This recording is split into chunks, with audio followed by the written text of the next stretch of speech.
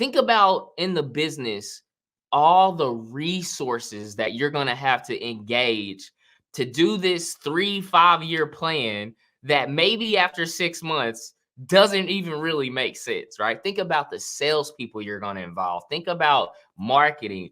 Think about HR. Think about operations. Think about all the different resources inside the organizations that have to provide insights into this 3 to 5 year plan, right? So that's also a fundamental thing to think about, because that time, energy, and effort at those resources level could be more focused on being precise in that 1 to 4 months that you want to have. Like for sales, hey, I want to make sure we're precise on the amount of leads that we generate, the amount of opportunities we have, the amount of opportunities that we close. Like I want to make sure we have a healthy pipeline. So where I'm going to focus my time, energy, and effort and precision on is that pipeline management and that pipeline funnel, and making sure we're getting clients through different stages, right?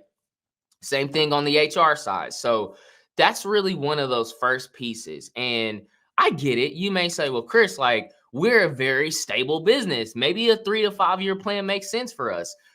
Totally. I'm not saying there's not advantages and there's not opportunities to do those plans. I'm just saying make sure you set the right expectations of what those plans are meant to be, right? So if you're going to do a 3 to 5 year plan and you've got a business that has a lot of seasonality, it's changing, as a finance leader or the CFO or the fractional CFO, that 6 months, that plan is going to be completely different.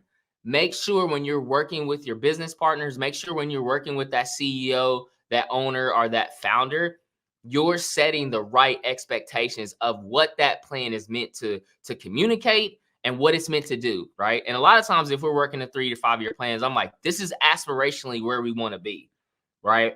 Like if we have the perfect set of assumptions that fall, this could be the perfect set of areas we're going to be in a low, medium, high. I also look at it from a scenario perspective. Like if all these assumptions go right, if we get the right number of clients, we have the right number of customer acquisition costs, we have the right number of customer lifetime value, we have the right number of revenue growth, we have the right number of expense optimization, we have the right number of cash flow, we have the right number of cash runway, this is potentially where we could be, right?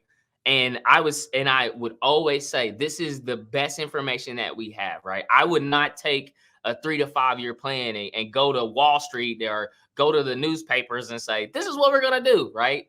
So they definitely have their role, they definitely have their value, but it's most important to set that clarity and that expectation up front of what the intention of these models are meant to be.